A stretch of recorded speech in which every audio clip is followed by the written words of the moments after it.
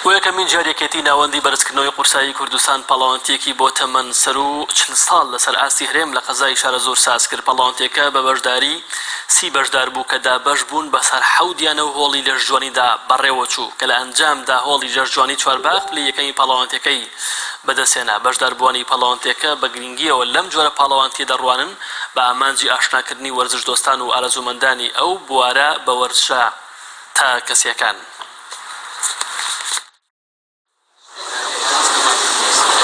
دەستخۆشیم بۆ هێزی لەشی کوردستان کە ئەم جۆرە پاڵەوانێتیانەکەنەوە.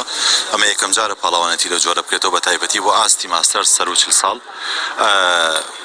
هێزی لەش شتێکی باشە، ینی پەرەی پێ بدرێت، تەنها یاری جەماعی نەبێت، پەرە بە یاری فەردەکان بدرێت، لە شار و شارۆچکەکان بارەکەیان بۆ بکرێتەوە، تەمارین دابنێن، تیپ دابنێن لە هەموو شار و شارۆچکەکان کۆبنەوە.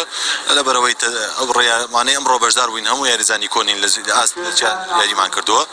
تەوان بەتوڵی هێزی لەشە بۆ یەکەم جار لەسەر ئاستی کوردستان بۆ ماستەرز کاڵین بۆ یەکەم جار لەسەر ئاستی کوردستان چەند ساڵە بەتوڵی هێزی لە شەکرێ، بەڵام بۆ ماستەرز واتە سەر و 40 ساڵ تایبەت بە سەر و 40 ساڵ یەکەم جارە بکرێتەوە.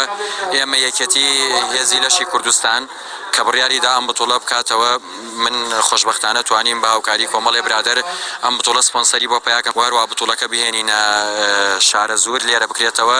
بڕیاری ئەویان داوە ئەگەر بتوڵەکە بە باشی بڕۆ شوێنەکەمان باش بێ بتوڵەی باشتر و گەورەتر بخەن ئەم شارە کە بە هاوکاری هەموو لایەک و هەموو ئەوانەی هاوکاری من بوون لە میشا بتوانین بتوڵەکان باشترکەین. تەبەن بتوڵی هێزی لەش ئەمڕۆ تایبەتە بە یەک یاریان 5 پرێس، چونکە هێزی لەش خۆی 3 یاریە 5 پرێس دبنی دەدلفت، بەڵام ئەمڕۆ تەنیا 5 پرێس سەکرێ بۆ ماستەرز.